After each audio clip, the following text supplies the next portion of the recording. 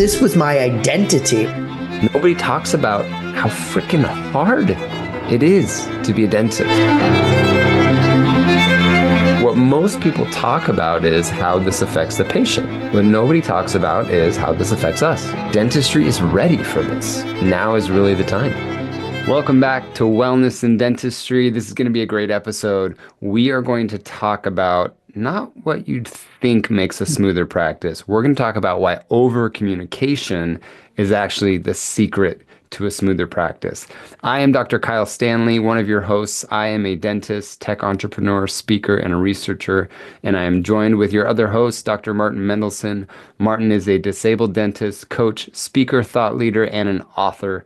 And together, Martin and I have helped thousands of dental professionals pursue wellness in dentistry. So you don't want to miss today. This is going to be all about over communicating and how this makes for a smoother practice. Now, if you want to spend 2 days and go deeper with us, make sure to come to our live in-person transformational CE course. It's on August 8th and 9th. Now, for those of you that are listeners of the podcast, a few episodes ago, we told you it was another day. We had to change that because I have a family wedding. So it's now August 8th and 9th, and it's going to be in Irvine, California, the same place we've done our previous courses. So we really look forward to having you guys there. Just go to wellnessindentistry.com, go to the links, and you'll see our Lightside Live event. So Martin, how are you? I am good. We've had a little recording hiatus, so it's good to be back in the saddle. We have. I mean, I was in Texas and I was in Oklahoma, and Yep. you were all over the place, both for personal and for Yep. professional speaking events and Yep. non-speaking events.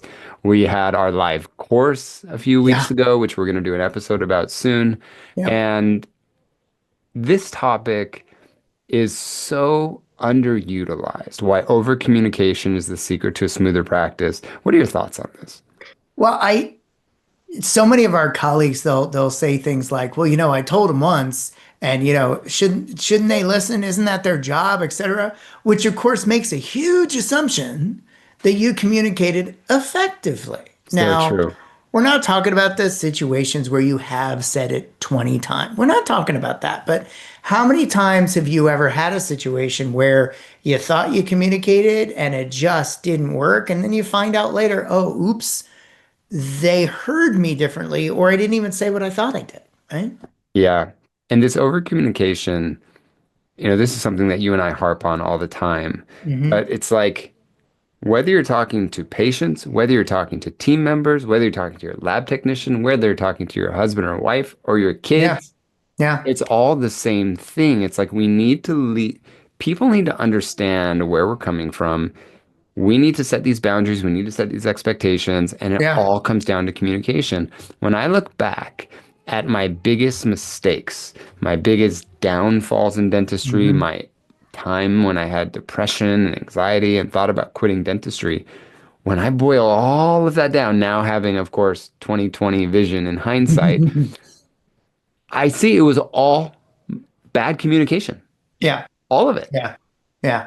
Absolutely. Now, you Absolutely. could say, well, that patient was a little ridiculous, or, this team member was doing this or that. But really, had I communicated better, Mm, had I set that boundary or that expectation differently, could have right. been a different outcome. Well, not only that, but you just made me think of something else, which is because you were talking about that patient that, is a bit of a challenge. And we've talked in previous episodes about my denture checklist for the patients when I was in practice. And so, over communication also gives you a tool because I won't go A into the whole reference, thing. right? Yeah, because I won't go into the whole story, but basically it was like I was doing a lot of full dentures and everybody kept asking, am I getting my denture this visit when we were only like 2 visits out of 6 in, whatever it was. And so I created this checklist. And why did I do that? It was less about that and it was more about giving me the ability to then say, okay, well, last time we talked about this, here's the sheet with both of our signatures on it. And we talked about how this is appointment number 3 of 6 or 3 of 5. And so it makes things so much easier when you are communicating almost, I'll go ahead and say it, almost to a fault, over communicating. because in many circumstances, it gives you something to fall back on when something goes squirrely. Well, it's almost like your patients, or again, this could be for anybody. Let's say we're talking about patients. Your Hmm. patient should be able to almost recite Yeah, the things that you say, like, yeah, okay, Dr. Stanley, I know you told me yeah, we're gonna do this, then we're gonna do the graft, then we're gonna wait 6 months, I know you told me last time, you told me the yeah, previous time before. It's like, you yeah. know how when you have a friend that is in crisis, right? Let's say they just Hmm. broke up with their boyfriend Hmm. um, or they lost a dog or, something terrible happens. I always go on the idea of contact them until they tell you Yeah, stop contacting me, yeah, right? yeah. That's why And we're friends, because yeah. people yell at me for that. Not the people I'm connecting, but like they're like, why are you texting them every day? Because Yeah. their dog just died. It's like, Yes. hello. Yeah, Right. yeah, And you almost want it to get to that point where they're yeah. like, I know, Dr. Stanley, like you told me that we have to do it this way and that's how it Yeah. goes and that's how it goes. When you have that type of overcommunication, I mean, a good example that we just talked about in our Light Side Live course is this idea of a try-in. Hmm. And I have done this in my practice to the point of where that is the lingo. So for those of you that haven't heard this before, whether we are delivering a crown, whether we are, giving the patient the final denture, whether it is a night guard, an implant Hmm. crown, whatever, everything is a try-in. So what Yep. that means is, Mrs. Jones, today we took the final impression for this crown. If everything works out at the lab, the next time you come in, we're going to try in this crown. Hmm. Sometimes it takes 2 or 3 tries, and we really want to make sure the color's good, that it touches the adjacent teeth well, that your bite feels good, that all the margins look great. So just expect it may take a few tries, but we're going to try it in next time. Now, if it fits and everything's good, you're going to leave with it that day. Yeah. However, what we've seen is that it takes a few tries. Now, the next time they come in, if it doesn't fit, they go, oh, okay, well, it looks like we have to send it back, right? Yeah, okay, I'm going to send it back at the margin was a little open. And the patient's not mad. Nope. And this has to be communicated every time. So then, Yeah. let's say at the end of that appointment where you tried it and it didn't fit, then what do? You say the same thing. Okay, Mrs. Jones, Yeah. I know we tried this crown in today and didn't fit. I'm going to send this back to the lab. They're going to remake this and try to fix everything. Next time you come in, we're going to try in the crown again. Yep. Now, I want to make sure that the contacts are good, the bite is good, the shade, everything looks nice. If all that is good, you'll leave with it that day. However, it usually takes a few tries. You almost want to get to the point of where they're like, Yeah. okay, you told, I get it. I get it, Dr. Stan. I Yeah. know, we're going to try it in, Yeah. right? And similarly, when they go to the front office to schedule their next appointment, you do not want your front office to then say, Mrs. Jones, next time you come in, looks like you're going to get your crown Yep. because what if it doesn't happen? So Yep. it's this idea of under promising, over delivering, or over communicating instead of under communicating. Absolutely. Absolutely. And it's interesting. This comes up a lot and we're going into the summer, so this is very applicable too about, over communications and expectations when, the doctor is away. So when the doctor is away, are the mice going to play? Well, if you think about leaving the practice for vacation from a concept of an autoresponder, you know, what kinds of instructions are you giving your team? How are you communicating that? What kind of expectations are you levying? What kind of boundaries are you establishing so that they understand what's expected? Now, if you're going to look at me and say, well, it's in the employee handbook, no, I don't like it's important, it's there, yes. Correct. However, if you're going away for a week, let's say, which many don't do, which I suggest you do. We've talked about planning in the past and that, there's no reason not to. But what are the expectations? And what do you expect them to do? When do you expect them to come in? When do you expect them to leave? What do you expect them to do? How do you expect them to report back what it is that they accomplished? And if in the beginning, let's say you have never done this kind of thing, might people feel like it's a bit of micromanaging? Possibly, right? But what we're looking to do is create a cultural shift. And truthfully, it's a two-way street. right? So if there was a discussion in a team meeting relative to something you as the leader doctor needed to do, then you need to mirror that same behavior and say, okay, so what I've heard the team say is I need to take this to-do item to get back to everybody by next Wednesday to let everybody know what the three options are for our holiday party. And you damn well better do it because if you don't, you have no leg to stand on to hold them accountable despite the fact you're the one that writes the checks. It's a great example what you're talking about with the doctor going away on vacation. Yeah. And this happens a lot. Most dental practices are Mhm. single Yeah. owners, and we hope from this podcast that they're taking vacation. Yeah. And I would even argue that I think people want to know what is expected of them. Yes. I 100%. think patients want to know what's expected of them, team wants to know, dogs want to know, kids Yeah. want to know, even spouses want to know. Yeah. Yeah. Like, how easy is it if your husband or wife says, I would love that when I come home, you have this, this, and this done. Now, Yeah. there may be some people that go like, oh, well, they're trying to boss me around. But you say, look, I had all this stuff done. And like you feel good about yourself, right? Oh, this is what they Absolutely. wanted, right? Absolutely. And I think that with team members, it's the same way. You know, you're the team guru, of course, Hmm. but team members want to know, okay, the doctor's away. Let's say you're a new team member, and this is Yeah. the first time the doctor's ever been away. You Exactly. come in, you're going, well, What I'm do the we do? assistant. Yeah. Usually I'm assisting the doctor. Yeah. So you're looking for stuff to do. So you're going, okay, I guess I'll clean the sterilizer. Okay, I guess I'll try to organize some of the lab cases for next week. I mean, you may be 2 hours into a 40-hour week and Yeah. say, what the hell am I supposed to do? Absolutely. But Absolutely. if the doctor or the office manager or whoever came to you and said, we would love for you to reorganize all um, the shade guides. Hmm. They've kind of all been out of order. We want to put them in order of Yeah. value. That's actually how we do it in my practice, not in order of A's and B's and C's, but we Oh, do I it in love that. value. And you're working for Rita, that's I like I used to teach this stuff. Yes. Yeah. right up your Yeah. alley, right?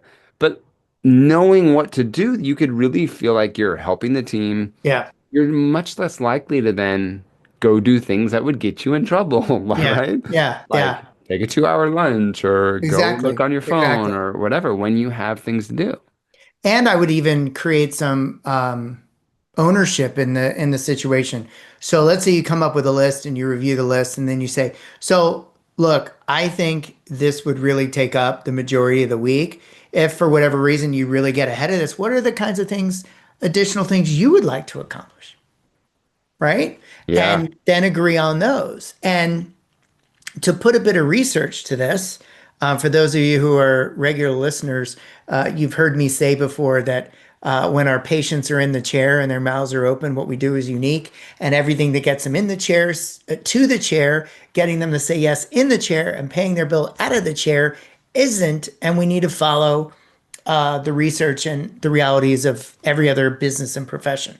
So you've heard me talk about Project Aristotle before. This was from Google. They followed 100 teams for the course over the course of a year, so several thousand people looking to see what drove cohesion and productivity. The two number one conclusions were structure and clarity drove high performance over and over and over again.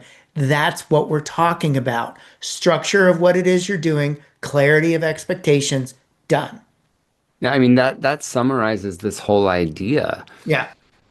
With this idea of it's such a great example when the doctor he or she goes away, setting that structure of what they're going to do, Yeah. the clarity of what is expected. And now we have to remember that we have to follow up with it too. Amen. So when you get back, if you're the practice owner, then we have to have a check or we Yeah. have to have a meeting with each Yeah. person. Tell me how it went. What struggles Yeah. did you have? Oh, you couldn't do this because Yeah. this part was missing, or the lab was late on this, so you couldn't get that ready. And have that. So it's like we set the expectation, we do it, we have the clarity of what happens. And something we've talked about before many times too is having that psychological safety when you're Hmm. setting it to make sure that they understand what you're saying. Yeah, totally. And maybe even gamify it. Like, let's say everybody has their, shall we say, tasks to do for the week. And, if we get X% done, we're going to do this. And, if we get it all done, we're all going to go out to dinner. I don't know. Whatever works for your team, whatever is appropriate. But, and again, I can just hear our colleagues. Well, isn't this their job? Well, it is. But what you're trying to do is create a culture of commitment, create a culture of accountability. And so, not acknowledging that and just saying, well, it's their job. Well, how is that supportive, right? And the other thing I can hear people say, which I very much respect, because a lot of my clients are single owner doctors, and there's so much on our plates as single owner doctors, whether you have an office manager or not. And so, if you're extremely busy, which those category of folks are, then turn to your team. So you're going on vacation well in advance. Don't tell me you don't, right? And then turn to Let's your team. hope. Yeah, Let's hope they planned it. yeah. A month or two in advance and go, hey, listen, I know y'all know that I'm taking a vacation in July. And so I'm going to be gone a week. I want you all to be productive and have a good time. So by next team meeting, well in advance, I'd like to know in writing what you would like to commit to during that week. And then also a couple parking lot items just in case you're really quick and you're looking for other things to do. Because not only do I want you to have fun while I'm gone, but this is a business and I'd like you to be productive as well. How does that sound? Now all of a sudden they're picking the things they want to do. And if they forget that, for example, you're leaving in July and that, the sterilizer needs to be cleaned at that point. So you remind them and then they put it on the list. But, there's multiple ways to skin this cat relative to getting the buy-in and the engagement. Well, structure and clarity, again, it's such a those are such cornerstones of this Hmm. idea of why overcommunication is the secret to a smoother practice. It's the same thing with a patient, and we go Yep. back to patients or teams because I think these are the biggest mistakes, or these are the biggest problems with Hmm. communication in the dental atmosphere. But with Hmm. patients, it should be the same thing, right? Yeah. It should be I'm thinking structured of how you talk to patients. Yeah. There should be so much clarity that the patient should know what to expect. What Absolutely. to expect good, what to expect bad, what are the risks, what may be additional fees, what are Yep. the time. I mean, this is why I created a whole course called the treatment agreement. It's Hmm. really just a structured way to have a conversation with patients for these bigger cases or Yeah. longer cases. Yeah. And why did I do this? Because I made all the mistakes. Yep. I had these patients that were, let's say, all on X patients, or they were I did a lot of periopros denture stuff. So, we're extracting teeth, then we're grafting, and then we're placing implants, and then we're doing provisionals, and then we do another provisional, and then we're checking the bite, and then we're delivering the framework, we're checking the framework, then we're taking photos, we're delivering the final, then we're doing a night guard. So many appointments, so much time. Mhm. Some of these times, like especially when I was working with Sasha Jovanovic, they could be 3-year treatment plans. Yeah. Yeah. 3 years when you're talking about extracting, waiting, grafting, Yeah. implants. Sometimes Yeah. we couldn't always place implants at the time. And it got to the point in some of these relationships with these patients where they're like, when am I getting my teeth? Yeah. Or what's happening? I don't even know what's next. We did these grafts and it's been 9 months now. And are we placing implants Yeah. next? What's happening? And the whole goal of that treatment agreement was to make it so clear that everybody knew what was happening. Hmm. And if there were additional fees, the patient knew Yeah. if there would be additional fees. Like, for Yeah. example, a great thing that my partner Matt Najad will do many times is if he's doing veneers, is he says, I include 2 wax ups in this Hmm. fee. Hmm. So let's say he does a mock-up, the patient doesn't like it. They say, "Oh, the central's a little too long. I wanted these to be shorter, and I really wanted more rounder edges over here. I thought they would be a little more bulky." So the second mock-up is included in the fee. Yep. Now, the patient can do 100 mock-ups if they want, if Matt wanted to deal with that, of course. They know in writing and Yeah. by communicating how much each mock-up is after that. Yeah. And I so have a, it's structured and it's yeah. clear for I everybody. have a question. Yes, So I've heard you talk about this a lot, as well as you're the one that goes over the treatment agreement with the patient initially. correct. What I've never thought of before until you just said it relative to long treatment plans in terms of chronologically. How do you remind them of the treatment agreement? Are you the one that does it? Does the assistant go, okay, we're at step three or whatnot? How do you handle that? Yeah, usually it's me. Okay. I've I'm of the thought that patients listen more to the doctor Yeah. than the assistant or the treatment coordinator or the front office. Now, a lot of people will say that's inefficient. I Hmm. think with our business model, which is Sure. more high end, taking more Yeah. time, it allows for that. So totally understand if you are faster, if you're working more with insurance and you do Yeah. like to have this done by a treatment coordinator. But for me, I like to talk to it because I Yeah. think the patients remember when I say something, especially when it's negative. Yeah. When I say like, I'm going to place this implant, they work most of the time. However, Hmm. 4 to 6% of them need to be removed, and we need to do another one. And if that happens, you're going to have to pay for it again. Yeah. It means a lot more, I think, when I'm saying it than when a treatment coordinator is saying it. But to answer your question, usually it's me that's reminding them. Got it. So I like to do it at the beginning and the end of the appointment. So Hmm. the patient comes in, let's say, I don't know, we've placed implants and they're in a denture, and Hmm. we're now creating the perfect denture so that we can attach it to the implants, let's just say. Then I would come in and say, hey, Miss Jones, so it looks like the implants are doing well in there. Today we're going to start working on that denture, make sure that it's really perfect and the aesthetics are good and the bite feels good and it's feels good on your tongue.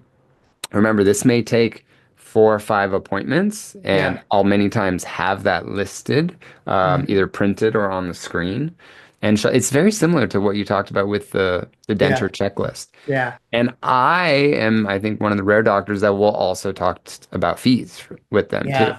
Yeah. So I will say, if we get to this point and let's say the provisional breaks, we have this built into where we will do one additional arch, upper and Right. lower. Right. However, if there's multiple fractures, the fee is 1750 or whatever Yeah, it is. I don't or know, I'm whatever making it it. is. Yeah. And I mean, depending on the practice too, you can do any which way to Sunday as well. Like, for example, the doctor may go over the initial treatment agreement, but then it is the treatment coordinator or assistant That's that, right. says, hey, just to remind you, this is what we're going to be doing today. And then maybe at the end of the appointment, the doctor goes, okay, so since we did this today, we're doing that next time. And so now they're hearing it from multiple sources Yeah. if that works better in your practice. I think. I I like to, if you can as Mhm. well, is put it in the text reminders too. Oh, Now, nice. Yeah. that's much more of kind of a white glove service, right? Sure, Because sure. most text reminders are just automated.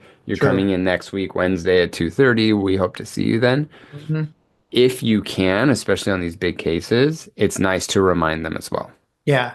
And what I was going to say too is, as you were talking through some of these initial concepts, is this: if you're sitting there and you're like, I don't know how to standardize a treatment planning process, or you don't know where to start, there's lots of resources out there, whether it's, Pankey or Spear or Coyce. If you're unfamiliar with these philosophies, what's so amazing about all of them is that they're frameworks. And so Yeah, for those that, know me, I lived at Spear for well over a decade. And so the only difference between a, as we might say, quote, simple treatment plan and a more complex or comprehensive treatment plan is the depth of the treatment plan, meaning we're not doing anything any differently. We're not skipping any steps. We're following the protocol that, when I started didn't have airway in it. Now it does. But you're following a framework, you're following a protocol, and that therefore right then and there helps to begin that over communication process because you're doing it the same way every time. And it gives you less of an opportunity to not communicate or miss, I'm not going to say miss a step clinically, but miscommunicating the step clinically. well, it's great that you said that too, because let's remind people what Martin and I harp on, I would say every episode, Yeah. is that everything is a skill. Yeah. So, you know how you're good at talking to patients about, like, you're going to give an injection. I'm sure everybody Mhm. has some kind of a script Yep. that they give when I'm giving an injection. Hi, Mrs. Jones. I'm going to put this little gel in the back here. You know, Susie's going to be suctioning because sometimes that doesn't taste very well. And you're going to feel some pressure. And every once in a while, like I always told patients when I was giving lower blocks that Mhm. sometimes they may feel like an electric feeling. Yep. Because every once in a while you touch that nerve, right? And they go, ugh. I would rather tell patients that Oh, yeah. beforehand than them experience it and think something bad is happening, right? Exactly. So I'll say, okay, so I'm going to be giving this injection, and you may feel an electric feeling, and as I'm giving it, right? Okay, now just breathe through your nose. You're doing well, doing great. And in just a few seconds, you'll start to feel everything kind of relax, right? So I have this script that Mhm. I've created in my head that I probably learned from someone else over time. But think of how you say that without even thinking about it. That is a Exactly. skill. Now, Exactly. I would argue, and I think Martin would agree with me, that having that conversation about setting the expectation with a team member or setting the expectation with the patient or Hmm. talking about fees is a skill as well. You just have to get your script down Absolutely. and practice it. And the first time you do it, it's going to be awkward and it's going to Yeah. take time and you're going to fumble over it, just like you did in dental school when you were talking to a Yep. patient about an injection. Yep. And when Yeah. you I think mean, about what I just said, what am I doing with the injection? I'm over communicating the injection so yeah. that if something happens that they weren't expecting, I've already talked about it. It's like I did a lot of extractions, a Yeah. lot. I mean, at one point I worked for a DSO where I was doing 90 extractions a day. Okay. Oof. So I love to talk about, you may hear some clicks or pops as I'm removing this tooth. And that's not a problem. These teeth are kind of brittle. Now, if I'm sectioning a tooth, like if I have a lower molar and I'm sectioning it from mesial to distal so I can take it out root by root, after I use a burr, I'm usually going to go in with an elevator and crack it, right? Mhm. And I'll say, okay, Ms. Jones, you're going to hear a little click here. I say click, not crack, because I felt like it sounded better. Mhm. And I would do it, click. Now, if I didn't tell them, Yeah. and they hear that click, they think my jaw's broken, he Yeah. broke an adjacent tooth, something is wrong. Or But they me jump. over communicating that is preparing them for it. And selfishly, it makes them react better so that it's better on me. You know what I just thought of? We've been using the term over communicating, right? But in a lot of ways, it isn't. You know what this really is? This is taking away the assumption that they know what we're talking about. That's what So this true. is, right? So I think it's less about over communicating and more about removing the assumptions from your own brain that, I shouldn't have to say this. I love Gary DeWitt's the one that taught me this, don't should all over yourself. Yeah. So stop the shoulds and say it. And you know what? If they end up like you were talking about earlier, where they parrot it back and go, I know it's blah blah blah blah blah, then that's the best day ever because it proves that you actually communicated. So true. Yeah. I mean, we dental professionals forget Yeah. that we do this every day. Hmm. And what you may be doing in your chair Yeah. could be the first time they've ever had a crown, let's say. Absolutely. You've prepped thousands of crowns Absolutely. over the last decade, two, three, four Yeah. decades. It is just the easiest thing for you. Yeah. This may be the first time in their life they've had that. Or maybe it's the first time they've had an injection. Or maybe it's the Absolutely. first time they've had a rubber dam on.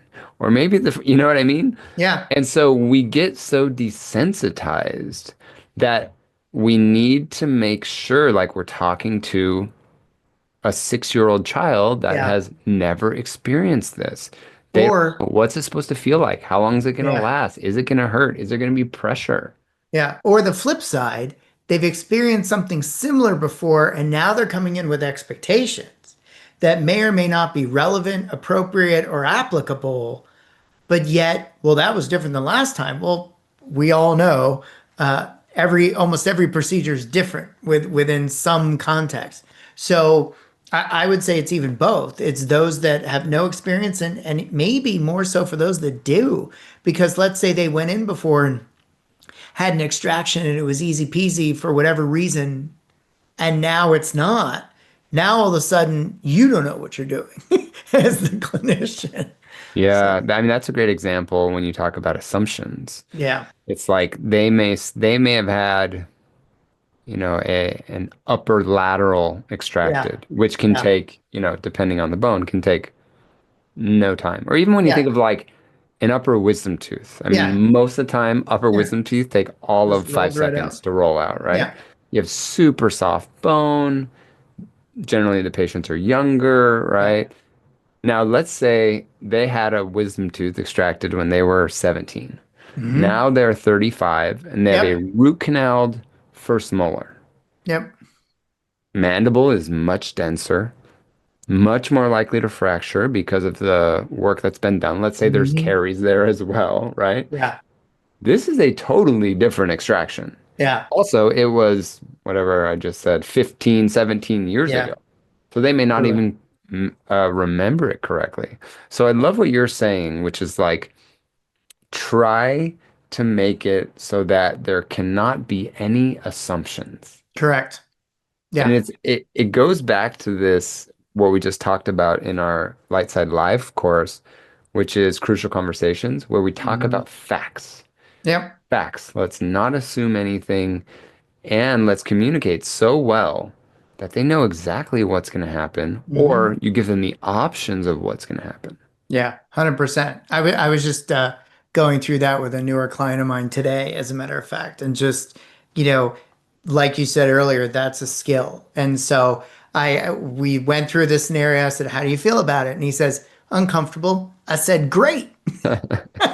I said, if you told me anything else, I would wonder because Hmm. this is different than what almost all of us do when we're trying to deal with these emotionally charged conversations because of, frankly, evolution and our tendency to go into fight or flight when the emotions are kicking in. And this idea of feeling uncomfortable at a new skill, Yeah. think of any new skill that you Yep. did. Let's say you're learning how to skateboard in your Yeah. 40s. Yeah. Let's say you're playing chess. Yeah. Let's say you take up, I don't know, singing. I mean, Yeah. any new skill, you Totally. should feel uncomfortable at the beginning. Totally.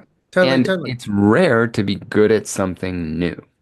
I just recently got certified in a newer assessment that I've added to my tool belt, and I'm doing kind of one of my first debriefs tomorrow. And I was a little kind of nervous and anxious, and I was like, okay, listen, you got this because basically you're using a report to then debrief a client that's utilizing coaching skills. Well, Hmm. those I got. And Yes. so, I leaned into the things I was comfortable with new information and new framework. And now I feel really great about it. And so that's not exactly the same thing because I'm taking older skills on a newer situations, but the philosophy still holds. What in your other, shall we say, experiences, non-clinical, clinical, whatever we happen to be talking about, what's similar and how did that go? And what could you draw from in those prior successful experiences that you can then deploy in this new, different experience? Yeah, I just thought of an example of under communication that caused emotions to be Hmm. high. Many people that listen to this podcast know that I am the clinical director of a fairly large lab in California. And we had a call today, or I had a call today, of a doctor that was not happy that one of his night guards came as a flat plane night guard. Okay, so he Okay. likes to have anterior ramps, Hmm. canine guidance ramps. I think how a lot of people do night guards, but everyone has their own Yeah. idea on how night guards are done. Yeah. And he had done two with us before that had the design he wanted. And so I got on the phone, very nice guy, and I said, "Hey doc, what's going on?" He said, "Well, I just want to see what happened with this last night guard." And I said, "Well, tell me what Hmm. happened." And he goes, well, this is my third night guard I've done with you guys. The first two were amazing. They were great. I had to make little adjustments, but everything else was really nice. The patient was very happy. Now, the third one I got back, it was a flat plane. And, my previous two that I got were anterior ramps with canine guidance. And I said, oh, okay. Well, let me look back at the lab slip. Hmm. The lab slip just said lower night guard, I think, something like this. Hmm. A 3D printed lower night guard. And I had to tell him, oh, well, how we do it at the lab is if there's no specific answer, our default is flat Yeah. plane because Yeah. that seems like more than 50% of people want a flat Yeah. plane night guard. That's not what I use in my practice, however, but that's what most people ask for. Hmm. So we default to that. And he was like, oh, okay, I didn't know that. Okay, that makes it easy. Yes. So what we ended up doing was changing his preferences. Most people probably know that your lab has built-in preferences. Yep. He didn't have any preferences. That was the thing. Ah, So on interesting. our end, that's a mistake that he didn't have Yeah. preferences. And on his end, it was a mistake that he didn't put it in the lab slip, right? Mm. So now we've had this communication. It finished so great. He was the nicest guy. He was like, oh, Yeah. no worries. This patient's actually pretty cool. Yeah, this is how I'd like it. We talked Yeah. exactly how he wants it. I talked to my team member who puts it in his preferences. Now going forward, if he gets something that's flat plane, we know it's our mistake Sure. because it's there right in the preferences. Yeah. Of course, sometimes lab technicians can go on autopilot, but it was a simple conversation. Yeah. Yeah. And what I see the most when doctors are mad at the lab that I work for is that there's lack of communication on the lab side. So another example. Recently, I was talking to a doctor and she said, I really need to get this case. You guys have had this case for a long time. What's the Hmm. deal? It's actually her mother's case. Of And she course. said, yeah, of course. And she said, my mom is leaving to go out of the country and she's not going to be back for like 3 months. And I really need to get this case in. Hmm. And when I look back, what happened was it was an implant case. Okay. Hmm. And we needed to order some implant components from an implant company. Those components were on back order. Oof. So, what did the lab do wrong? We didn't communicate Right. that they were on back order. We just Yep. left the doctor waiting, and the doctor's going, what the heck is the problem here? I mean, Yeah. usually you get it back in 2 weeks. It's been 4 weeks. What's the deal here? Yep. And so I had to talk to the team at the lab and say, listen, guys, we can't keep people waiting. Yep. If we're going to be late on something, we tell them we're going to be late and we tell them why. Hmm. And most of the time, when I talk to doctors and say, listen, I'm really sorry. I know we told you we were going to get it by this day. We can't make that because of Yeah. XYZ. They're like, oh, okay, cool. We'll reschedule the patient. The Yeah. bad thing is when you don't tell them, they don't reschedule the patient and it doesn't show up. Then, of Amen. course, they're pissed. So it's just that lack of communication. And that's what causes, I'm telling you, 100% Yeah. of the high emotions with Yeah. doctors and lab technicians. Yeah. It's you're making me think of my lab days that for some reason there was a couple instances that we had where it was similar, but the doctor wouldn't call us back. We've had this happen too. And therefore, in those situations, it was a combination of like parts and questions. And so we called like three, four times. And then when I finally got a hold of this gentleman in this case, he said, well, am I still getting it back on time? And I said, sir, we've called you four times over the last 3 weeks. And, based on our conversation, and we were not able to proceed with the case because these questions were critical. No, Yeah. and unfortunately in that case, he didn't understand. But by the same token, it's a two-way street is I guess my point. So Yeah, no, I've had that exact yeah, problem. Is like yeah, doctor wanted cement retained. yeah. The screw access hole is coming out the incisal edge or on the facial even. Hmm. Is Hmm. the doctor okay with doing now you can do angled screw channel Yep. or something like this? And we call or we email and we hear nothing until they call us and say, when am I getting this case? And we say, Yeah. listen, I know we could have sent you screw retained crown Hmm. that had a hole through the center, but I'm sure that's not what you wanted, right? So yeah, completely. Yeah. And it just goes back to this idea of over communication. I mean, this is the secret to having a smoother practice, and really, it's a secret to having a smoother life. I mean, let's be honest. Oh This yeah. is not just in dentistry. Oh yeah. What final thoughts do you have? Well, you just made me think even in our personal relationships, like, if some special occasion comes up and you really want to do X, but you haven't communicated that to your significant other, and then you get mad because they did something else or They didn't didn't do read your what you mind? wanted. Huh? Yeah, exactly. Nobody's a mind reader. So I guess my final thoughts are, is it over communication or combating assumption?